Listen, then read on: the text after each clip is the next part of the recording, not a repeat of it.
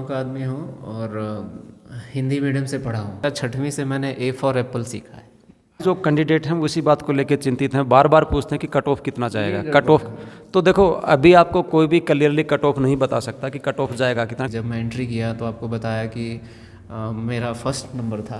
पूछा था आप किस में कंफर्टेबल हैं, तो मैंने कहा sir you can continue with English और Hindi, both in both the language I am comfortable, whatever you want I can continue.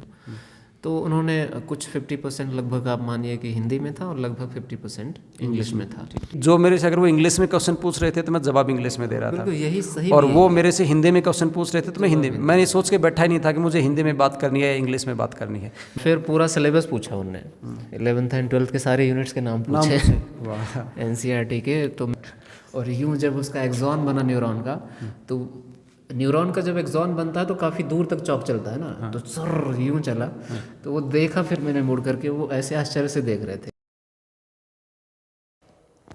नमस्कार दोस्तों, आज मैं बायोलॉजी लैब में हूं और आज के इस वीडियो में मैं हमारे बायोलॉजी सर का इंटरव्यू एक्सपीरियंस शेयर करने वाला हूं।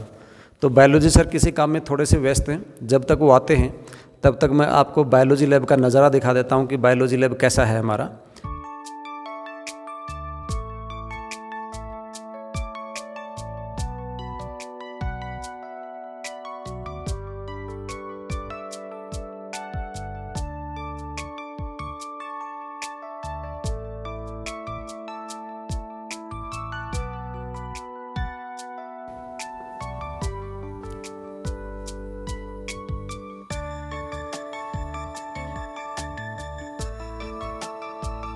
तो ये तो हमारे बायोलॉजी लैब का नज़ारा था और बायोलॉजी सर भी अपने काम से फ्री हो गए हैं, तो बायोलॉजी सर आ गए हैं।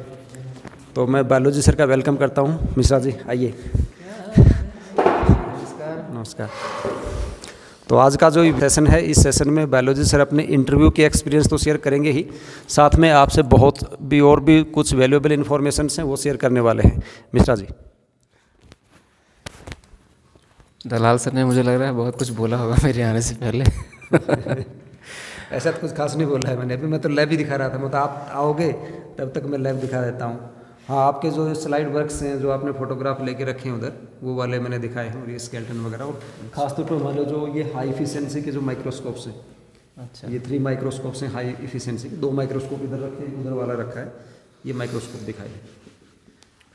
मित्रों, ये है कि दलाल सर ना पिछले 5-6 दिन से बोल रहे हैं। उस दिन मुलाकात हुई थी आपसे, एक छोटे से, तो एक थोड़ा सा शॉर्ट मीटिंग जैसा था, तो बहुत ज़्यादा बात तो नहीं हो पाई। हालांकि जो सारांश था उस दिन बात कर ली थी, लेकिन कई लोगों ने इतने सारे कमेंट्स किए हुए हैं उस वीडियो पे कि लग रहा था कि चलिए ठीक है, एक बार बात कर लेते हैं। अगर आपको कोई इससे फ़ायदा होने वाला है तो बहुत अच्छी बात है। वो तो हमारे लिए, तो हमारे लिए भी है। और बाकी हमारे दलाल सर तो बहुत कोशिश कर रहे हैं आपको फ़ायदा पहुँचाने का, और बहुत एस्पिरेंट है इसके लिए। तो सर ने बोला जैसा इंटरव्यू के एक्सपीरियंस के बारे में, तो हम दोनों आपस में बात करते रहेंगे तो शायद ज़्यादा अच्छे से हम लोग बात कर पाएंगे। अकेले मैं ही बोलता रहूँगा तो मज़ा नहीं आएगा। ठीक है। पहली बात, कई लोगों ने प्रश्न किया था कि इंटरव्यू का कॉल कितने दिन बाद आता है। कितने दिन बाद? तो लगभग मान लीजिए विदिन 2 मंथ्स आपका कॉल आ जाता है। और अगर आप कट ऑफ पे आते हैं तो कॉल आनी है आपका। कई लोग सिटी पूछ रहे थे कि कौन सी सिटी पे आपका वाइवा होने वाला है। तो जो सिटीज़ हैं वो डिपेंड करती है वो KVSRO पे, या वो एडवांस में कोई नहीं बता सकता कि कहाँ आएगा, कब आएगा। बिल्कुल बिल्कुल। तो उसमें जैसे हमारा भोपाल था, कई लोगों का चंडीगढ़ था, कई लोगों का दिल्ली था, तो ऐसे अलग अलग वेन्यूज़ में सबके इंटरव्यूज़ हुए थे। तो ऐसा सोचने की ज़रूरत नहीं कहाँ होने वाला है। अगर आप परफेक्ट हैं तो कहीं भी इंटरव्यू हो तो कोई प्रॉब्लम ही नहीं है उसमें। तो हमें तो इंटरव्यू देना है, किसी जगह हमारे होम स्टेट में हो, बाहर हो, क्या फ़र्क पड़ता है उससे। हाँ, अब ज़रा शुरू करते हैं कि एक्सपीरियंस की बात है। तो सर, एक्सपीरियंस से स्टार्ट करने से पहले आप अपनी एजुकेशन क्वालिफिकेशंस के बारे में बताएं, क्योंकि देखो उसमें एक रीज़न है, और सर अपने जो क्वालिफिकेशन बताएंगे उससे बहुत से जो एस्पिरेंट्स हैं उनके भी जो क्वेश्चंस हैं उनके आंसर भी मिलेंगे। कुछ लोगों ने ऐसा भी पूछा था कि मेरा जो एकेडमिक्स है उसके अंदर गैप है, मुझे टीचिंग एक्सपीरियंस नहीं है, मैं तो हिंदी मीडियम से पढ़ा हूँ तो मैं इंटरव्यू कैसे दूंगा, क्या हिंदी मीडियम से पढ़ा हूँ तो मैं एलिजिबल हूँ। तो ऐसे बहुत से क्वेश्चंस हैं। तो अगर हम अपनी क्वालिफिकेशंस बताएंगे और हम अपना जो एकेडमिक का गैप है वो बताएंगे तो उससे भी काफ़ी लोगों को अपने आंसर्स मिल जाएंगे। तो बिल्कुल हम लोग साथ में बात करेंगे, अकेले में कुछ नहीं बोलूँगा, फिर से बोल रहा हूँ मैं, क्योंकि मुझे उतनी आदत ऑन कैमरा बोलने की नहीं है। ठीक है, तो आप लोग थोड़ा सा माइंड नहीं करिएगा प्लीज़। मेरा एजुकेशन, मैं बिल्कुल गांव का आदमी हूँ और हिंदी मीडियम से पढ़ा हूँ। बड़ी बात अब देख यहीं से बात है, मध्य प्रदेश से मध्य प्रदेश को बिलोंग करता हूँ मैं। कटनी एक डिस्ट्रिक्ट है। एजुकेशन मेरा जबलपुर से हुआ है। तो कक्षा 6वीं से मैंने ए फॉर एप्पल सीखा है। मैंने भी कक्षा 6वीं में ही ए फॉर एप्पल सीखा। तो ऐसा कोई मैटर नहीं करता ना कि आप इंग्लिश मीडियम से हैं कि हिंदी मीडियम से हैं। लेकिन जब मैं एमएससी तक पहुंचा तो एमएससी तक पहुंचने तक कोई चेक नहीं कर सकता था कि मैं हिंदी मीडियम का स्टूडेंट हूं कि इंग्लिश मीडियम का स्टूडेंट हूं। और आज मतलब प्रैक्टिस ही कहना चाहिए और टीचर्स की कृपा है। मतलब मैं जो भी बोल रहा हूँ आप ये मेरा मत मानिए, ये उन सारे टीचर्स का वो है, अनुदान कह लीजिए या वरदान कह लीजिए, वो सब चीज़ें भरी हुई हैं, सिर्फ वो है। उसके बाद ग्रेजुएशन भी मेरा वहीं कटनी से हुआ है। पोस्ट ग्रेजुएशन के लिए मुझे इंडिया का टॉप कॉलेज मिला। टॉप मतलब टॉप में है वो, government model science college Jabalpur. बहुत अच्छा कॉलेज है। तो 17 थी उसमें जूलॉजी में, 17 सीट, उनमें से मुझे भी जगह मिली। उसके बाद मेरा पोस्ट ग्रेजुएशन के बाद रिसर्च का मुझे मौका मिला। तो मैं JRF था, department of biotechnology, government of India का। और ट्रॉपिकल फॉरेस्ट रिसर्च इंस्टीट्यूट है जो FRI देहरादून में जो यूनिवर्सिटी है उसका एक ब्रांच है। 9 ब्रांच है हमारे इंडिया में, उनमें से एक ब्रांच जबलपुर में। रिसर्च का जो 7 साल का टाइम था मैंने वहाँ दिया। तो वहाँ से सारी स्किल्स आई, किस तरह से लिखना है। आई थिंक माइक को थोड़ा नज़दीक कर लीजिए। हाँ ठीक है। तो किस तरह से लिखना है, किस तरह से सेमिनार्स में बोलना है, किसी के क्वेश्चन का जवाब कैसे देना है, वो सारे एक्सपीरियंस उससे आए। उसके बाद फिर मेरा B.Ed कंप्लीट किया मैंने, PGDCA किया क्योंकि कंप्यूटर में भी ज़रूरी है। और मेरा टारगेट पहले से ही था कि मुझे टीचिंग में ही जाना है, इसलिए मैं उस हिसाब से अपनी तैयारियाँ, मतलब प्री डिटरमाइंड थे आपके, मुझे टीचर ही बनना है। अभी दलाल सर भी मुझे बोलते हैं कि आप IAS की तैयारी करते UPSC की। नहीं, वो तो आपका माइंड सेट है वो UPSC वाला, आप निकाल देते हैं आराम से उसको। लेकिन मेरा नहीं था। मतलब डिटरमाइंड था कि मुझे वहीं रहना है। और इसमें क्या है ना, आदमी थोड़ा यंग रहता है, टीचिंग में बच्चों के साथ रह के सुबह से शाम तक कैसे चला जाता है पता ही नहीं चलता। तो मैं पहले से था उसमें। उसके बाद फिर थोड़ा सा और इंडस्ट्रियल एक्सपीरियंस लेना था, तो मुझे यंग साइंटिस्ट अवार्ड मिला मैपकॉस से, Madhya Pradesh council of science and technology. 3 बार बल्कि 3 साल कंटिन्यूस मिला। उसका यूज़ करके मैं मैसूर गया था, CFTRI, centre for food technology research institute, CSIR का है। तो वहाँ कुछ दिन मैंने कन्नड़ भी सीख ली, तो लैंग्वेज में थोड़ा अच्छा कमांड है कन्नड़ में, लैंग्वेज में आ गया। तो ऐसा करते करते धीरे धीरे जो अंदर का जो डर होता है ना वो चला गया, कॉन्फिडेंस धीरे धीरे बिल्ड होना शुरू हो गया। ये पता चल गया कि सामने वाला कैसा दिख रहा है तो उससे कैसी बात करनी है, वो क्या एक्सपेक्ट कर रहा है, फेस रीडिंग आना शुरू हो गई धीरे धीरे। ये सब चीज़ें आपको कक्षा को मैनेज करने में बहुत हेल्प करती हैं, बहुत ज़्यादा हेल्प करती हैं। तो इसीलिए आदमी कहता है कि घूम घूम के एक्सपीरियंस लेना चाहिए। दर्शन शास्त्र यही तो बोलता है। हाँ, यही दर्शन है। हम लोग किताबों में पढ़ने के बजाय, किसी ने कहा था कि भाई मैंने चेहरे पढ़ने शुरू कर दिए हैं आजकल, क्योंकि किताबों से ज़्यादा चेहरों पे लिखा होता है। क्या बात है, शायर भी है। शायर तो नहीं, पर ऐसे कुछ था एक्सपीरियंस। और फिर मैंने टीचिंग शुरू की अपनी हिमालय इंटरनेशनल स्कूल रतलाम से। वहाँ B.Ed के जस्ट बाद मेरा सिलेक्शन हुआ था, तो 2 साल मैंने पढ़ाया वहाँ। और फर्स्ट एक्सपीरियंस था हायर सेकेंडरी स्कूल में। और 2017 में फिर मैं चला गया अंबुजा विद्या निकेतन ट्रस्ट है, अंबुजा सीमेंट्स का। वहाँ बहुत बढ़िया एक्सपीरियंस था। लगभग 1200 से 1500 बच्चे थे और मैं TGT पढ़ाया करता था। लेकिन उसके बाद भी कभी टाइम मिलता था तो मैं हायर क्लासेस में भी जाता था। वहाँ साइंस फेयर करना, असेंबली मैनेज करना, डिसिप्लिन मैनेज करना, ये सारी चीज़ें वहाँ से सीखी। बहुत कुछ सिखाया उस इंस्टीट्यूशन ने। उसी के रहते रहते ही एक वहाँ साइकोलॉजिस्ट थे, तो उन्होंने कहा कि आप कैपेबल हैं तो आप आगे क्यों नहीं जाते। तो मैंने कहा मैंने ऐसा सोचा ही नहीं था। तो उन्होंने कहा आप ट्राई करिए। तो मैंने कहा ठीक है सर, मैं 6 मंथ का टाइम दीजिए मुझे। और इत्तेफाकन 6 मंथ में ही वो KVS का एडवर्टीजमेंट आ गई KVS। तो मैंने भर दिया। भरने के बाद फिर मुझे लगा कि मैंने प्रॉमिस किया है तो देखते हैं। तो मैंने अपने छोटे भाई को बुलाया, 3-4 महीने मेरे साथ रहा वो। तो मैं स्कूल पढ़ाने भी जाता था और 4 महीने डट के तैयारी की मैंने। अब जिसका पेपर हो गया है उसके लिए तो ज़्यादा ये इम्पोर्टेंट नहीं है, लेकिन जिसका नहीं है या अगली बार दे। तो अगर आप बायोलॉजी स्पेशली तैयारी करते हैं तो जेनेटिक्स और जो बायोटेक्नोलॉजी पार्ट है वो मैक्सिमम आता है हमारे एग्जामिनेशन में। तो मैंने उसको तैयारी करने की कोशिश, मैक्सिमम चीज़ें, क्योंकि अब जो भी आपका वर्ल्ड हो रहा है ना, बायोलॉजी की नॉर्मल जो चीज़ें हैं नेचुरल साइंस में आ जाती हैं और कॉमन साइंस हो चुका है वो। जो स्पेसिफिक साइंस है जो बायोलॉजिकल, वो अब टेक्नोलॉजिकल हो चुका है। तो उसको जेनेटिक्स और टेक्नोलॉजी को पढ़ने की पूरी कोशिश करिए। तो एग्ज़ाम दिया, मुझे नहीं लग रहा था मेरा होगा, मैं कट ऑफ में था, लास्ट के कट ऑफ में। हाँ, एक यहाँ पे मैं एक बात बोलना ये चाहूँगा, बहुत ज़रूरी है। हाँ, काफ़ी जो कैंडिडेट हैं वो इसी बात को लेकर चिंतित हैं, बार बार पूछते हैं कि कट ऑफ कितना जाएगा, कट ऑफ। तो देखो अभी आपको कोई भी क्लियरली कट ऑफ नहीं बता सकता कि कट ऑफ जाएगा कितना, क्योंकि किसी को पता ही नहीं है कितना जाएगा। तो उसके लिए आप थोड़ा सा पेशेंस रखें, थोड़ा टाइम रखें।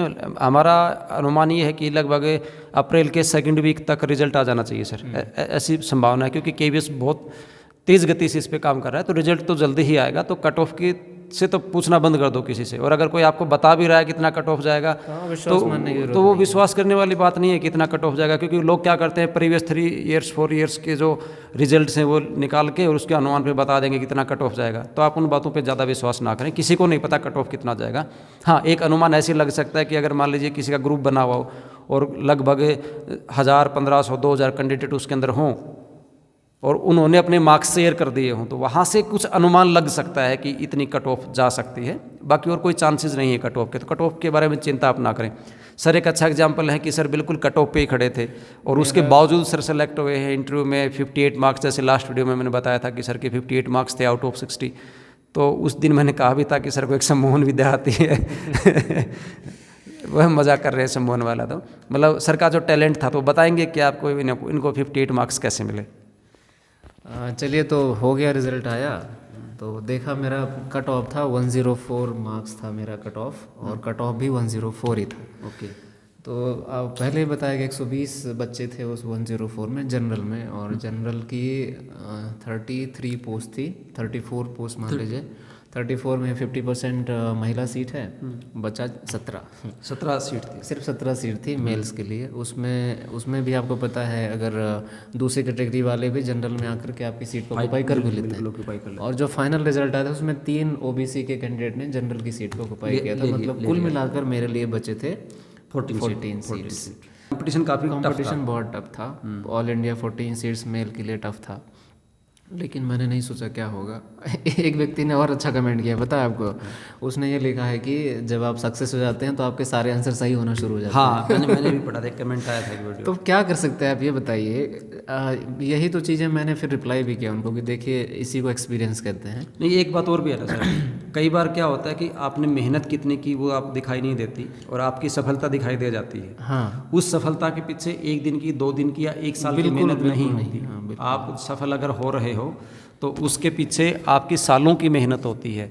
आप क्लास 10 से लेके और आपकी पोस्ट ग्रेजुएशन तक आपने जो कुछ पढ़ा, थोड़ा थोड़ा करके वो ऐड होता गया, आपको पता नहीं चला वो थोड़ा ऐड हो रहा है। और जिस दिन आप एग्ज़ाम में अपीयर होते हो, रिजल्ट आता है, तो उस दिन आप ये मत सोचो कि मैंने 20 दिन प्रिपरेशन किया था उसका रिजल्ट। ये 20 दिन का रिजल्ट नहीं है, क्योंकि अगर आपने पहले से मेहनत नहीं की होती तो 20 दिन में आप प्रिपेयर नहीं कर सकते थे। हाँ, इसमें कोई दो राय नहीं है कि आप एग्ज़ाम के टाइम पे 1 मंथ 6 मंथ जो एक प्रैक्टिस करते हैं वो आपके रिजल्ट को निखारता है, पॉलिश करता है। लेकिन वो पॉलिश तभी करता है जब पहले से कुछ था, है ना, तभी तो पॉलिश हुआ। कुछ था ही नहीं पहले तो किस पे पॉलिश करोगे आप? ठीक है। फिर हो गया। मेन इसमें देखते हैं कि चलिए मान लीजिए आपका वाइवा के लिए या इंटरव्यू के लिए सिलेक्शन हो ही गया, लिस्ट में नाम आ गया। उसके बाद होता है कि ट्रैवलिंग में एक थोड़ा सा इशू होता है। आप दूर जाना है तो दूर कैसे जाएंगे, थोड़ा दूसरे सिटी में जाने के बाद आपको प्रेशर आता है। तो यहाँ पर मैं बहुत इंपॉर्टेंट बात करना चाहूँगा आपको।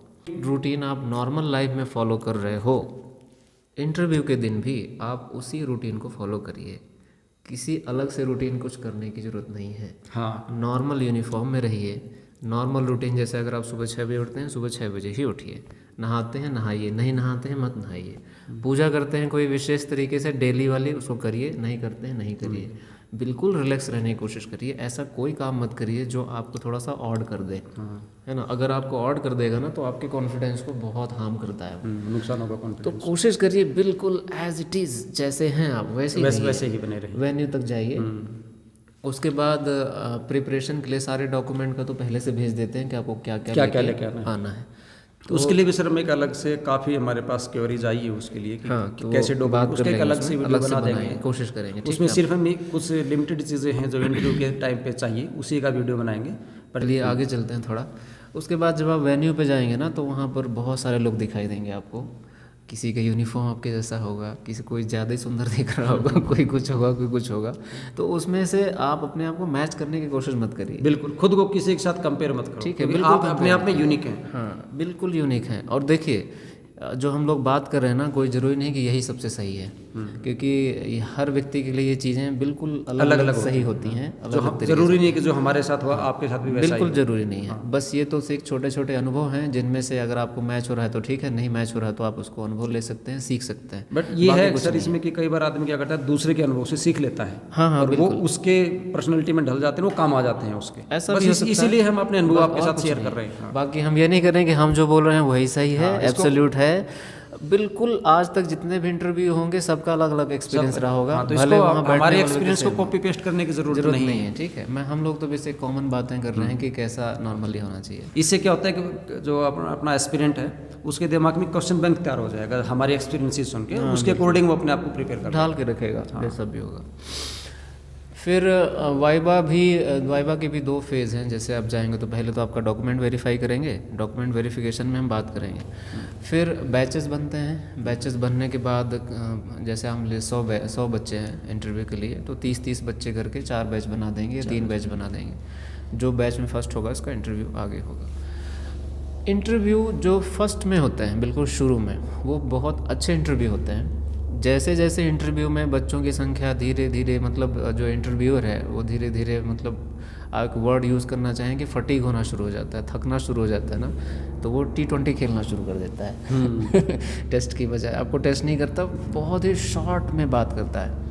तो अगर आपका इंटरव्यू बिल्कुल शुरू में फंस रहा है, 4 से 5 कैंडिडेट के बीच में, फर्स्ट से लेकर 10 तक मान लीजिए, तो आप कोशिश करिए कि अपने आप को इलेबोरेट करके बताइए। जो टाइम ज़्यादा मिलेगा, टाइम ज़्यादा देंगे, वो आपको टाइम ज़्यादा देंगे, तो आप इलेबोरेटिव रहिए। लेकिन अगर आपका क्लास में है तो बिना घबराए हुए अपने आप को ब्रीफ कर लीजिएगा, पहले ही, जाने से पहले ही ब्रीफ कर लीजिए, क्योंकि वो बिल्कुल शॉर्ट में बात करेंगे, लास्ट में टाइम कम देते हैं। कम देते हैं। हाँ जी, तो ये कोशिश करिए कि आपका इंटरव्यू कब आ रहा है, तो उस हिसाब से अपने आप को ढाल लीजिए। इंटरव्यू के जो मैं गया था, मेरा जो व्यू था कि जब मैं एंट्री किया तो आपको बताया कि मेरा फर्स्ट नंबर था और पर्याप्त टाइम था मेरे पास। बोर्ड बिल्कुल क्लीन था, चौक के डिब्बे पैकेट में बंद थे, हाँ, खुले हुए नहीं थे। मैं गया, ओपनिंग रिबन आपने ही काटा था? रिबन मैंने काटा था, ऐसे मान लीजिए, जबकि मेरा नंबर 110 था। फिर भी मेरा फर्स्ट में चला गया, तो मुझे कोई दिक्कत नहीं थी। ठीक है, कोई दिक्कत नहीं है। और फिर मैंने डिब्बा खोला, तो हालांकि तो बात की बात है, गया मैं, अपने डॉक्यूमेंट्स रखे, नज़दीक कर लो, शायद माइक को आवाज़ कम आ रही है, डॉक्यूमेंट्स रखे। और बैठने से पहले ज़रूर ध्यान रखिए, उनसे पूछ लीजिए कि मे आई सिट और नॉट। जब तक वो ना कहें तो मत बैठिए, ये इंटरव्यू का एक कॉमन रूल है, डायरेक्ट नहीं बैठ जाना है। उसके बाद कंफर्टेबल होकर बैठिए। सबसे ज़्यादा दिक्कत होती है ना इंटरव्यू के 2-3 मिनट की, शुरू की, बिल्कुल शुरू की 2-3 मिनट में। तो कुछ ऐसा करिए कि आप उनसे बात कर लीजिए, हंस खेल के सबको देख लीजिए, अच्छे से मुस्कुरा लीजिए, एक हल्की सी मुस्कान दे लीजिए एक दूसरे को, सभी को। तो इससे क्या होगा ना, आप ऐसा लगेगा कि फैमिलियर है, जैसे कोई फैमिली का मेंबर है। और जब आप फैमिलियर हो जाएंगे, इंटरव्यू कमेटी के मेंबर्स होते हैं वो भी माहौल को लाइट करने की कोशिश करते हैं, लाइट इतना हैवी माहौल नहीं बनने देते। बिल्कुल, लेकिन फिर भी कई लोगों की आदत है ना, तो जैसे नहीं कर पाएंगे तो आप खुद कोशिश कर लीजिए। जैसे लगता है कि आप टेंस हो जाते हो तो जाके अपने से प्रयास कर लो, क्योंकि ये बहुत सिंपल है कि जब कोई स्ट्रेस में होता है ना, तो आप उसकी पूरी कैपेसिटी को जज नहीं कर सकते, और जज भी नहीं कर सकते और परफॉर्म भी नहीं कर सकते आप। हम इतनी अच्छी पेंटिंग करते हैं ना, और डर में हो ना तो हमारे हाथ हिलते हैं, ब्रश नहीं चलता, जबकि हम बहुत अच्छे पेंटर हैं, क्योंकि जल्दबाजी में हैं, परेशान हैं, भीतर से लो हो चुका है। तो अगर आप उनसे बात कर लेंगे तो 2-3 मिनट के बाद अंदर की जो एक थरथराहट है ना, धीरे धीरे धीरे धीरे बिल्कुल साइलेंट हो जाएगी। हाँ, और जैसे साइलेंट हो जाएगी ना, कॉन्फिडेंस आएगा तो अच्छे से जवाब दे पाएंगे। हाँ, फिर आप सही जवाब दे सकते हैं। तो आप 2-3 मिनट को मैनेज कर लीजिए। अगर आपने 2-3 मिनट मैनेज कर लिया तो समझ लीजिए आगे का काम सब बढ़िया होने वाला है। अब थोड़ा सा और आगे चलते हैं। जो प्रोसेस है उसमें सर ने भी बताया होगा कि उसमें डेफिनेटली कम से कम एक सब्जेक्ट एक्सपर्ट होगा, एक कोई प्रोफेसर होगा कहीं से बाहर का, एक KVS का कोई पर्सन होगा वहाँ पर, अब जैसे कल भी बात की थी, तो मैं थोड़ा सा डिसएग्री करूँगा कि ये बात ज़रूर है कि जो रिटन टेस्ट है उसमें आपका नॉलेज टेस्ट हो चुका है, पर इसका मतलब बिल्कुल भी ये नहीं है कि वहाँ आपका नॉलेज टेस्ट नहीं होगा। बिल्कुल, नॉलेज टेस्ट तो करते हैं। नॉलेज टेस्ट वो भी वर्बली चेक करेंगे, ओरल चेक करेंगे, बोर्ड में भी चेक करेंगे। बोर्ड में नॉलेज भी चेक करेंगे, प्लस आपका जो वर्किंग स्टाइल है उसको भी चेक करेंगे। तो जो सब्जेक्ट एक्सपर्ट होगा 2-4 क्वेश्चन आपको ज़रूर फेंक के मारेगा जिससे आप लुढ़क जाओ। तो कोशिश करो, क्योंकि बायोलॉजी की बात है तो कुछ ऐसी चीज़ें होती हैं जिनको हम कंफ्यूज हो जाते हैं। जैसे आप सेल डिवीज़न में जाओगे तो उसमें कियाज़मा है, फिर ब्रेन में जाओगे तो ऑप्टिक कियाज़मा है, फिर ऐसे ही आप जाओगे तो सिनेप्स करके वर्ड है, तो वो सेल डिवीज़न में भी सिनेप्स है, और जो न्यूरोमस्कुलर जंक्शन है वहाँ भी सिनेप्स है। तो ऐसे कुछ ऐसे कंफ्यूजिंग टर्म्स हैं ना, उनको ज़रूर देख लीजिए कि ऐसा कुछ गड़बड़ तो नहीं है। फिर जो इंटरव्यूअर होगा डेफिनेटली आपका बायोटेक्नोलॉजी वाला और जेनेटिक्स वाला नॉलेज ज़रूर चेक करेगा, क्योंकि आपसे कोई हार्मोन के बारे में नहीं पूछेगा, तो आपको वहाँ भी चेक करेंगे ना डेफिनेटली। जैसे 12th में और 11th में जो चैप्टर्स हैं, जैसे बायोमॉलिक्यूल है, मतलब DNA, RNA, proteins, enzymes, DNA duplication, gene expression, और 12th के बायोटेक्नोलॉजी एंड इट्स एप्लीकेशन, उनको अच्छे से थॉरोली पढ़ के जाइए और अच्छा नॉलेज लेके जाइए। कम से कम ये को आप इधर कर लिए, थोड़ा दूर, मुझे लगता है साउंड नहीं आएगा, साउंड आएगा। कोशिश करिए कि जो बेसिक कॉन्सेप्ट है ना जेनेटिक्स और बायोटेक्नोलॉजी के पढ़ लीजिएगा, राइट। अब आता है ना थोड़ा एटीट्यूड में, पर्सनल एटीट्यूड जो होता है इंटरव्यू का, बहुत मैटर करता है। बहुत मैटर करता है। अंदर आप कैसे जाएंगे और बाहर कैसे आएंगे। तो जो आपको बाहर आना है ना, पीछे दे के नहीं आना है, मुड़ के नहीं देखना, मुड़ के खड़े हो लिए तो पीछे मुड़ के नहीं देखना। नहीं, ये नहीं बोल रहा हूँ मैं ये बोल रहा हूँ कि जैसे आपने फ्रंट फेस किया ना, तो ऐसे ही बैक जाइए, मतलब टर्न मत करिए अपने आप को, उनको पीठ मत दिखाइए। मेरे कहने का मतलब ये गेट तक ऐसे बैक आइए, ठीक है, कोशिश करिए। और लास्ट में उनको थैंक यू ज़रूर बोल के आइए, और एक सेंटेंस ज़रूर यूज़ करिए कि hope for the best results, thank you so much. ऐसे कुछ अच्छे वर्ड यूज़ करिए। इन सब चीज़ों का उनके ऊपर बहुत अच्छा इफेक्ट होता है। आप खुद अपने आप को रख के देख लो ना कि कोई आपको ऐसा बोल के जाए। अल्टीमेटली हमको भाई साहब अपनी पर्सनालिटी को प्रूव करना है, ठीक है। तो कोशिश करिए कि कितने सकारात्मक सोच के आदमी हैं, कितने वेल डिफाइंड हैं, कितने फाइन ट्यून्ड हैं, ये सारी चीज़ें आपको वहाँ पर एक्सप्रेस करनी है।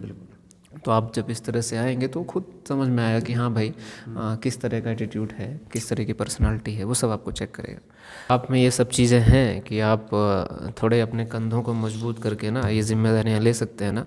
तो जिसकी हम बात कर रहे हैं ना कि कॉन्फिडेंस आएगा कैसे, तो ज़रूरत ही नहीं है कुछ करने की। अगर ये सारे एटीट्यूड आपके अंदर हैं तो कॉन्फिडेंस मतलब स्वतः ही चल के आएगा। जिसे कहते हैं ना कि अगर आपके पास योग्यता है तो वो जो चीज़ें हैं, जिस चीज़ के आप पात्र हैं, वो खुद चली जाती हैं आपके पास, मांगने की ज़रूरत नहीं पड़ती है।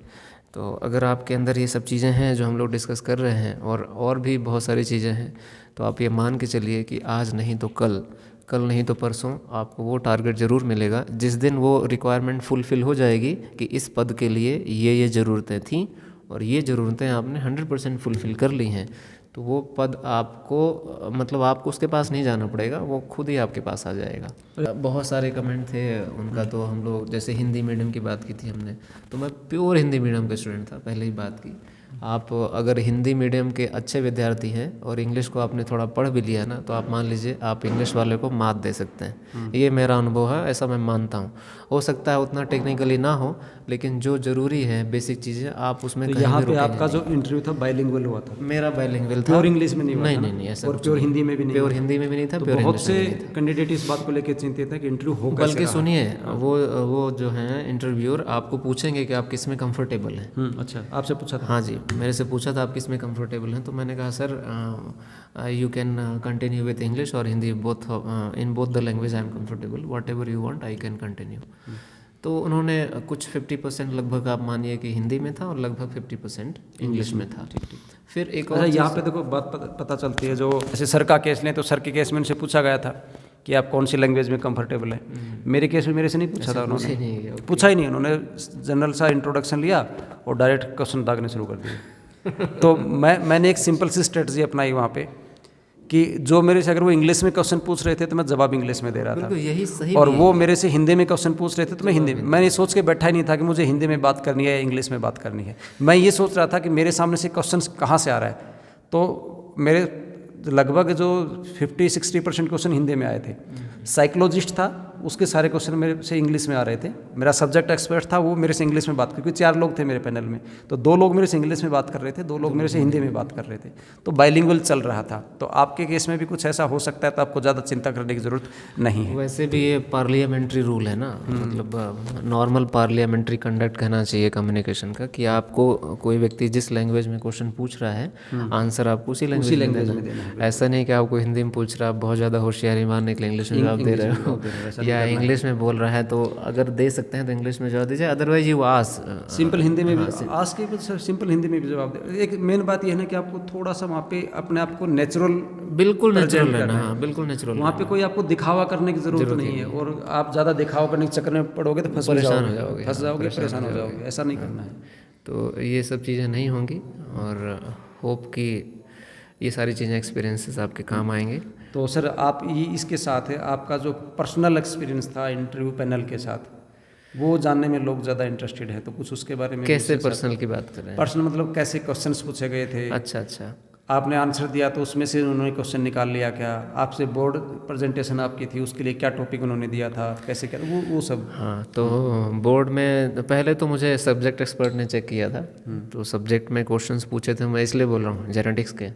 तो उन्होंने कहा व्हाट इज़ जीन, तो जब मैंने जीन के डेफिनेशन बताए तो उसमें डीएनए ज़रूर शब्द आएगा, बिना डीएनए के। तो फिर उसने बोला कि मैंने आपको जीन पूछा है और आप बार बार डीएनए बोले जा रहे हैं। तो फिर मैंने समझाया, मैंने कहा सर जीन ऐसी कोई चीज़ है ही नहीं, डीएनए का छोटा सा टुकड़ा है, तो अगर मुझे जीन को एक्सप्लेन करना है तो मैं बिना डीएनए को तो कुछ बोल ही नहीं सकता हूँ। तो फिर उन्हें एक्सेप्ट किया। फिर पूरा सिलेबस पूछा उनने, 11th एंड 12th के सारे यूनिट्स के नाम पूछे एनसीईआरटी के। तो उसके बाद सब्जेक्ट की बात हुई, फिर सब्जेक्ट के बाद वो आ गए सीधा कि आप क्लासेस को डील कैसे करोगे, ठीक है। तो उसमें भी मेरा अच्छा एक्सपीरियंस था, क्योंकि मुझे लगभग 6-7 साल हो चुके थे कंटिन्यूसली पढ़ाते हुए, और काफ़ी बच्चों को डील करने का अनुभव था मेरा, और अभी भी है। तो डील करने का मेन है कि डिसिप्लिन कैसे मेंटेन करेंगे। तो डिसिप्लिन मेंटेन करने का अगर आप फाइन ट्यून्ड हैं बच्चों के साथ, और आप यही पूछा था कि आप उनके साथ पर्सनल रिलेशनशिप रखना चाहिए कि नहीं बच्चों के साथ। तो पर्सनल रिलेशनशिप को यहाँ मैं एकेडमिकली डिफ़ाइन करूँगा कि पर्सनल मतलब उनके बारे में, उनकी फैमिली के बारे में, उसके आज एक नया वर्ड आया है आजकल, पोर्टफोलियो बनवाते हैं। हाँ, तो अगर आपको उस पोर्टफोलियो के बारे में अच्छे से पता है, मतलब बच्चे के बारे में पूरा पता है, ये नहीं कि आप उसके साथ रिलेशनशिप बना रहे हैं, उसके बारे में पूरा पता है, that means it's a kind of personal relationship और पर्सनल इन्फॉर्मेशन। तो वो सारी चीज़ें अगर आपको पता है तो आप उसको कंट्रोल कर सकते हो। स्ट्रेंथ, वीकनेस, उसका जो भी सरोनेस है, किसके कारण होता है, वो खुश क्यों होता है, किस कारण से खुश होता है, ये सब चीज़ें आपको उसके बारे में पता होनी चाहिए। तो जब आपको इस बारे में पता होगा तो एक बिगड़ा हुआ बच्चा है ना, जो दूसरे टीचर की क्लास में नहीं जाता होगा, लेकिन आपकी क्लास में आके जरूर बैठेगा, चाहे पढ़े चाहे नहीं पढ़े, और रिस्पेक्ट भी करेगा, आपके साथ मिसबिहेव कभी नहीं करेगा। तो अगर ये सब चीज़ें आपको पता है ना बच्चे के बारे में, तो आप ये मान के चलिए कि आपकी क्लास बिना कहे ही मेंटेन रहेगी, क्योंकि आप उनसे, भाई हम लोगों को जो मॉडर्न डेफिनेशन है टीचर का, वो टीचर नहीं है, एज अ गाइड है। तो हम लोग बच्चों को गाइड की तरह अगर हम गाइड करेंगे तो बच्चे हमको कभी भी हम ऐसा नहीं लेंगे कि हम उनको डोमिनेट कर रहे हैं, उनको ये लगेगा कि हमारे पेरेंट्स की तरह हमारी ये केयर कर रहे हैं। तो जब ऐसा होगा तो आप इंटरव्यूअर जो भी क्वेश्चन पूछेगा ना आपको, बिल्कुल आप as a family member answer दे सकते हैं, और वो सटीक आंसर होगा, जहाँ तक मैं समझ रहा हूँ उसको। फिर साइकोलॉजी वाले ने चेक किया, तो साइकोलॉजी के तो क्वेश्चन मुझे बहुत अच्छे से याद नहीं है, बट उनने मुझे एक जगह फंसाने की कोशिश की थी कि आप किसी एक बहुत ही पब्लिक लीडर का नाम लिया था, क्योंकि वो मेरे गांव के आसपास का ही था। तो उन्होंने बोला आप उनको जानते हैं? तो मैंने कहा हाँ जानता तो हूँ, आपके यहाँ आते जाते हैं? तो मैंने कहा नहीं, मेरे यहाँ आते जाते तो नहीं है, तो बहुत बड़े आदमी हैं। बोले आपका कोई संपर्क है? मैंने कहा नहीं, मैं अपने एजुकेशन के अलावा ज़्यादा किसी चीज़ों पे ध्यान नहीं देता। तो ये सब चीज़ें भी जैसे इन्फ्लुएंस करने वाली चीज़ें हैं, उनको भी आपको थोड़ा शायद ध्यान रखना पड़ेगा। और फाइनली फिर मुझे बोर्ड पे भेजा गया कि आप जाइए बोर्ड में। टॉपिक दिया गया था मुझे न्यूरॉन्स पढ़ाने के लिए। न्यूरॉन्स लेवल बताया, कौन से लेवल। फिर हाँ, अब ये भी देखिए, जब कोई टॉपिक देगा ना तो आप ज़रूर पूछिए कि किस लेवल के लिए है। अगर आप पीजीटी के लिए जाते हैं तो आपको 10th भी पढ़ाना पड़ सकता है, 9th भी पढ़ाना पड़ सकता है। तो और 11th भी पढ़ाना पड़ सकता है, 12th भी पढ़ा सकता है, तो बहुत सारे टॉपिक्स कॉमन है। तो उसमें स्टैंडर्ड जरूर पूछ लीजिए। न्यूरॉन 10th क्लास में भी है ना? 10th में भी है, 11th में भी है, 12th में भी है। ठीक है, 12th में एज इट इज़ ज़्यादा नहीं है, बट 10th और 11th दोनों में है। 9th में भी है, 9th में भी है, 10th में भी और 11th 9th से डायग्राम ओनली है, नहीं है, उसमें सारी चीज़ें थोड़ा सा हाँ, उसका डायग्राम भी है, उसका फंक्शन भी है, टाइप भी है। 10th में पूरा इलेक्ट्रिकल सिग्नल कैसे जाते हैं वो है, और 11th में तो पूरा का पूरा टिश्यू है। तो आप पूछ लीजिए किस स्टैंडर्ड का, तो मुझे बोला गया आपको 10th स्टैंडर्ड का पढ़ाना है।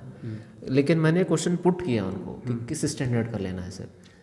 ठीक है, चलिए फिनिश करते हैं इस चीज़ को। फिर भी कोई अगर कोई डाउट रह गया हो तो कमेंट सेक्शन में डाल सकते हैं, कोशिश करेंगे उसको सॉल्व करने की। एंड हाँ, इसमें कुछ एक्सपीरियंसेस आप मेरे साथ एक दिन पहले बात कर रहे थे, शायद अभी बताना भूल गए आप, कि जब आप बोर्ड पे गए ओके, और वो अब जब आपको कुछ बनाने के लिए बोला गया तो जो इंटरव्यू पैनल के साथ आपकी जो कन्वर्जेशन हुई थी, अच्छा तो वो भी शेयर कर दीजिए। तो न्यूरॉन दिया गया तो टॉपिक डाला मैंने। और एक और एक्सपीरियंस बताना चाहूँगा। मेरी प्रोफेसर थी डॉक्टर आशा खन्ना, भगवान की दया से अभी भी जीवित हैं वो, और रिटायर्ड हैं। ऐसा इत्तेफाक हुआ कि उनके साथ एक दिन मतलब 2-3 महीने पढ़ाने का मौका मिला ऐसे ही कॉलेज में, कॉन्ट्रेक्चुअल में, क्योंकि मेरे पास टाइम था तो मैं गया था। तो बीएससी 3rd ईयर को पढ़ा रहा था मैं, और सोमाइट्स करके एक टॉपिक था जिससे हमारे बॉडी के पार्ट्स बनते हैं, वो पढ़ा रहा था। और डायग्राम मैंने इतना घटिया बनाया था बोर्ड पे कि मेरे प्रोफेसर ने मुझे वहीं सारे बच्चों के सामने डांटा था, डांट दिया मुझे। हे विनोद कैसा बनाया ये डायग्राम है ऐसा उनका अभी भी एक्सप्रेशन ऐसा है, छी ऐसा वर्ड बोला। तो बुरा लगा मुझे बच्चों के सामने, और थोड़ा दुखी रहा दिन भर में। फिर सारे बच्चे चले गए कॉलेज से, पर वो बात तो मन में गड़ी हुई थी, उसको सॉल्व तो करना ही था। अब टीचर हैं तो कुछ बोल भी नहीं सकते थे, लेकिन बड़े हो गए थे तो बुरा भी लग रहा था अब वहाँ एज ए टीचर की पोस्ट पे था, तो मैं सोचा करूँ तो करूँ क्या, इसका सोल्यूशन कैसे करूँ। तो मन में ठाना, सारे प्रोफेसर चले गए, सारे स्टूडेंट चले गए, मैं डिपार्टमेंट में रुका रहा 1 घंटे एक्स्ट्रा, और चाबी मैंने खुद ले ली, मैं लॉक करके आऊँगा। तो मैंने किया क्या कि उनकी बातों को अपने दिल में वो बिल्कुल तलवार की तरह उतारे रहा, और चौक उठाई 4-5 कलर्स, और वो डायग्राम बनाना शुरू किया बोर्ड पे। ना बच्चा है ना कोई टीचर है, मैं हूँ और बोर्ड है, बस और कुछ नहीं है। और डायग्राम बना करके छोड़ दिया। मैं सेटिस्फाई हो गया कि हाँ मैंने अब सही बनाया है। मॉर्निंग हुई, प्रोफेसर वही आई। पहला पीरियड उसी का? नहीं, पीरियड कुछ नहीं था, बस शुरू हुई, डिपार्टमेंट खुला, मैडम एचओडी। अच्छा, डिपार्टमेंट में बनाया आपने? डिपार्टमेंट, क्लासरूम में नहीं बनाया? वो डिपार्टमेंट और क्लासरूम बिल्कुल बगल बगल में थे, लैब था वैसे जैसे है। तो मैडम आई और देखा उन्होंने बोर्ड, दिमाग तो चले गया होगा। फिर मैं भी खड़ा था बगल में, तो मैं कुछ बोला नहीं। मैडम ने तारीफ़ की, किसकी? मेरी नहीं, जो उस डिपार्टमेंट में पहले से ही अच्छा डायग्राम बनाता था। अच्छा। मेरे को बोला, ए विनोद देख ऐसे डायग्राम बना देते, देख देख देख देख तो मैं कुछ नहीं बोला। बोले देखो सीख उससे, उसने ऐसा डायग्राम बनाया, सीख उससे। मैं कुछ नहीं बोला, मैंने कहा यस मैम। फिर जब अंदर चली गई तो अंदर जाके भी 3-4 बोले, तो कल इसको डांटा था ना, हाँ सीखना चाहिए इसको इनसे बोर्ड से, देखो। तो एक वहाँ पर मैडम थी, नाम तो अच्छे से याद नहीं मुझे क्योंकि बहुत दिन हो गया, तो उन्होंने बोला मैडम वो डायग्राम विनोद ने ही बनाया है। वो जो एक्सपीरियंस था ना, फिर वापस आई जब वो यूँ करना शुरू किया, वाह सीख ले। मैंने कहा थैंक यू मैम, आपकी जो डांट थी उसने सिखाया। यहाँ जो हमारे पास मोटिवेशन होता है 2 तरह का होता है, एक पॉजिटिव मोटिवेशन और एक नेगेटिव मोटिवेशन। हाँ, ये नेगेटिव मोटिवेशन था आपका, कि जिसने आपको सुधार दिया, आपके जो ड्राइंग थे उसको सुधार तो मैं करता क्या था ना, जब चौक चलाया करता था पहले, तो बहुत हल्के हाथों से चौक चलाया करता था, अपनी गलती समझ ना आई मुझे। तो जैसे मैं बोर्ड में गया ना, तो मुझे वही दिन मतलब क्लिक किया कि मुझे डायग्राम, इंटरव्यू के दिन वहीं पर वो खन्ना मैडम का मुझे चित्र याद आया कि मुझे वो गलती नहीं करनी है। मुझे अपने हाथ, तब तक तो खैर मेरे हाथ बहुत कुछ साफ हो चुके थे। तो मैं जब डायग्राम बनाया ना, तो बिल्कुल जैसे तलवार चलती है ना, ऐसे आवाज़ आ रही थी बोर्ड से, सट सट सट सट। और यूँ जब उसका एक्सॉन बना न्यूरॉन का, तो न्यूरॉन का जब एक्सॉन बनता है तो काफ़ी दूर तक चौक चलता है ना, तो सर यूँ चला। तो वो देखा, फिर मैंने मुड़ करके, वो ऐसे आश्चर्य से देख रहे थे क्या कैसे बना रहा, जैसे कोई प्रिंटर प्रिंट कर रहा है ना। वैसे हमारे सर जो डायग्राम्स बनाते हैं वैसे ही बनाते हैं, प्रिंटर की तरह डायग्राम बनाते हैं, ऐसे लगेगा प्रिंटर ने बनाया, हाथ से नहीं बनाया।